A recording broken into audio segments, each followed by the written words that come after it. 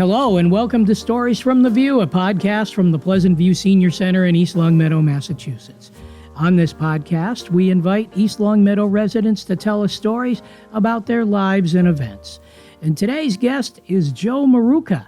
He is an almost lifelong resident of East Longmeadow, and he owns Trey Olive. And so he's going to be talking about all that. And here is your host, Mary Genowan Kaplan. Thank you, Eric. Good morning, Joe. Good morning. Joe is a self-proclaimed townie. We love it when we have townies here at Stories from the View. So tell us, Joe, what was it like growing up in East Longmeadow? It was great. We moved here from Springfield when I was 4. I don't remember not living in East Longmeadow. Went through the school systems here and made lifelong friends and moved away and then came back. So now I'm raising my family, my 2 kids and my wife. We live in East Longmeadow as well. Excellent. So how old are your kids? Small, medium, or large? They're still pretty small. They're 7 and 9. So excellent. Yeah. Excellent. So how did you get in the olive business? Well, my family has been in the olive oil business for 4 generations. So, oh, my. Yeah, it's been about 100 years. And we've been growing olives in the Calabria region of southern Italy for a very long time. And in 1934, we started our first olive mill. So we've been pressing olives for a lot of the local farmers in our area ever since. So this is family connections in Italy? Yep, it was my grandfather's farm. Mm-hmm. We used to vacation. We used to, spend whole summers in Italy. My parents came over here in 1970, so we're first generation Italian-American. And we used to spend a lot of summers in Italy, and we would go, play through the olive groves and, never really gave it much thought. And then one day the light bulb went off, and I said, wow, maybe we should start getting into the family business. And was that when you were an adult in college? Or were you a child prodigy at 9? When did that happen? 15 years ago, actually. I had my own marketing agency, and I was working for a big client, and there was a transition in management, and I kind of saw the writing on the wall, and I said, what am I going to do next? And I was having a conversation with my grandfather at the time, and he said, it was starting to become unprofitable because we were selling our olive oil to wholesalers that would come, and take our olive oil, and they would go and do whatever, blend it with other oils. And they were paying us pennies on the dollar. And I said, well, let's start a brand. Olive oil is becoming big here in the U.S., and we figured we'd give it a go. And we did. And this is part of the whole health trend. That's wonderful. Yeah, absolutely. So do you go back and forth to Italy? You have a... We do. We try to go at least once a year, my brother and I. So Trey means 3 in Italian. Mm-hmm. So it's me, my brother, and my cousin. So that's, the 3 of us. Family so business. Yeah. So my cousin, we like to say, does all the real work in Italy, the farming and the pressing of the olives. And my brother and I are in charge of sales here in the U.S. And with your marketing background. Yeah. Sounds like a plan. So far, so good. So how does this work? I have been to your store many times, but is it all me, or you do some online stuff? We do. Most of our business is direct to consumer through our website. Mm-hmm. We do have some partners that we work with. We're not big into the restaurant industry, but we do a lot of corporate gifting. We do some business with Costco, and then some small mom and pop shops locally and in the Boston area as well. And you have kind of a diverse product base. It isn't just the olive oil. Now, put on your marketing hat and tell us what else is in that beautiful little shop. Well, the store actually came about 10 years ago. We were, selling our olive oil. It wasn't a walk-in place at all, and we said, we're here every day. Let's carve out a little spot where people can come in. So you were kind of working in a warehouse next to the store. Yeah, it was more of an It wasn't in your kitchen, so. No. So we built out a little store, and then we started thinking, what else would pair well with our olive oil, and of course, balsamic vinegars are the first thing. Different tapenades and Italian specialty foods, and then one day we were thinking, let's get our wine license. So we decided to do that, and we now sell Italian wines and Proseccos and things like that. So. Does your cousin have to do those too as the only working partner in the group? No, we don't make that. The only thing we make is the olive oil. So we import the rest of it. So if someone had never cooked with olive oil, if someone was not of Italian heritage, or how would you suggest someone enter your store, and what would you give them some baby steps, things to look for? Yeah, well, I mean, you can always come in and sample any of the products that we have at the store. But yeah, I mean, extra virgin olive is considered, extra virgin olive oil, is considered a superfood. So EVOO? EVOO, I hate that saying, but that acronym is an acronym.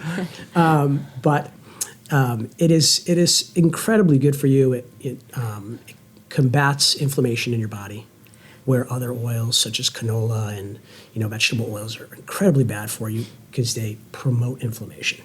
So using extra virgin olive oil in your everyday life cooking is just incredibly healthy way to live. Absolutely. And you are there. Every time I've been in, you're there, and you're very helpful. And it's great to support a local business. Do you find that folks are interested in supporting local business owners? And is this a welcoming sort of town for your work? Yeah, I think so. I mean, I think in general, more people are starting to support small businesses, not just in our area, but in general. So I find we have a lot of repeat customers and people that are trying to get educated about extra virgin olive oil, because it's still not incredibly known to everybody. So educating them on the benefits and things like that. Well, you're clearly in the right place with this clean eating, clean For food. sure. Yeah. That's really important, because we're finding out that makes more of a difference than we used to think. As sure. being an older person, I grew up in the era of processed foods, and so it's like a whole different way of thinking. Yes. Which is so cool. So what's the future of Trey Olive? I you think- guys just trying to keep up with all the good work you're doing now. Yeah, I mean, I think there's still quite a ways to go as far as educating people about the benefits of extra virgin olive oil. For us, it's growing on the corporate gifting side. That's done really well for us. We're still, not keen on, selling to grocery stores. Grocery store olive oils get a bad rap. Not always necessarily correctly, but they do, and it's not really for us right now. So maybe sometime in the future, but I think Trey Olive, especially for our corporate clients, if they see it in the grocery store and they're gifting it, to some of their customers, it's not as special anymore. Now, you have a web-based business. Yes. How far does it reach? Where do you ship your products to? Well, I just shipped something to France yesterday, but that's just it was a one-off. I don't know. They might be good customers now. They could become regulars. But we ship everywhere in the U.S. We were doing Canada as well, but the shipping costs were just getting out of hand, so we stopped that. But anywhere in the U.S., and we've been doing that for the better part of 15 That's years. kind of how you started. Yeah, Electronically. exactly. Very cool and very fun. Yeah.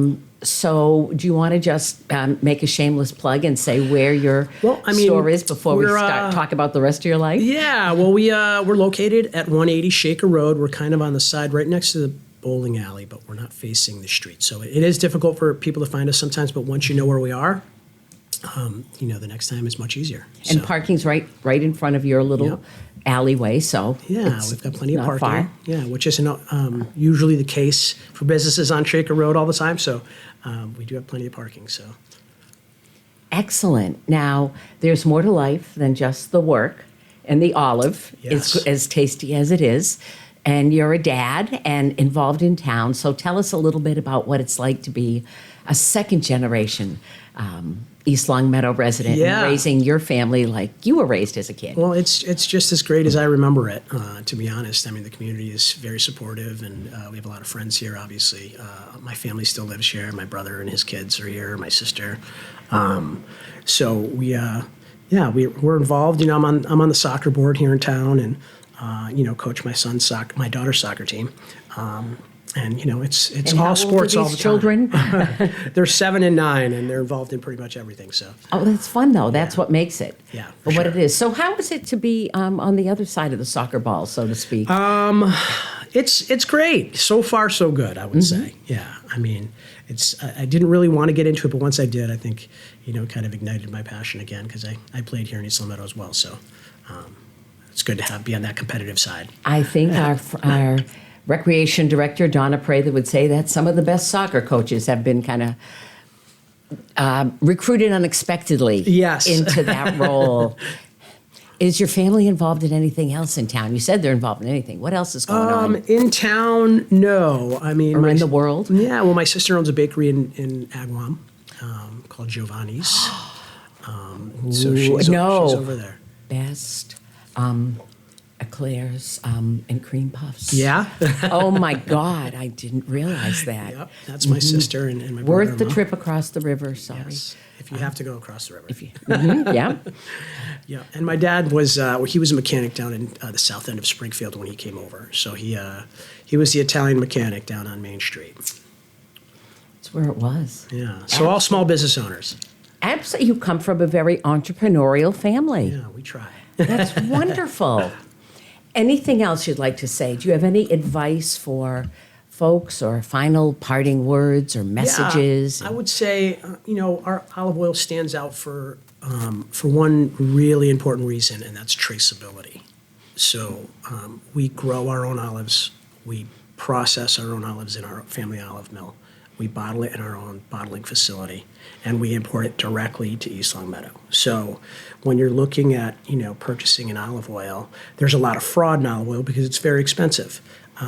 So when you can trace back where the olives were grown, pressed, bottled, then it becomes a lot easier to trust that source. So, when you're at the grocery store, it's hard to say, hey, where does this bottle of olive oil come from? It's difficult to track back. So I think that's what makes us stand out quite a bit. I am amazed because there's so much that goes into manufacturing a product and doing it internationally. And yet your family seems to have embraced and learned and is flourishing with this. Well, we try our best, and when we're not good at what we do, we outsource. So that's why we have a customs broker that brings it in for us. So maybe that's the watchword. Do what you can and then find someone else who can help when needed. Exactly. Excellent. Joe, thank you so much for coming in today. It is always good to hear successes right in our town. And you're not only contributing as part of our economic engine, but you're doing the community stuff, which just warms my heart.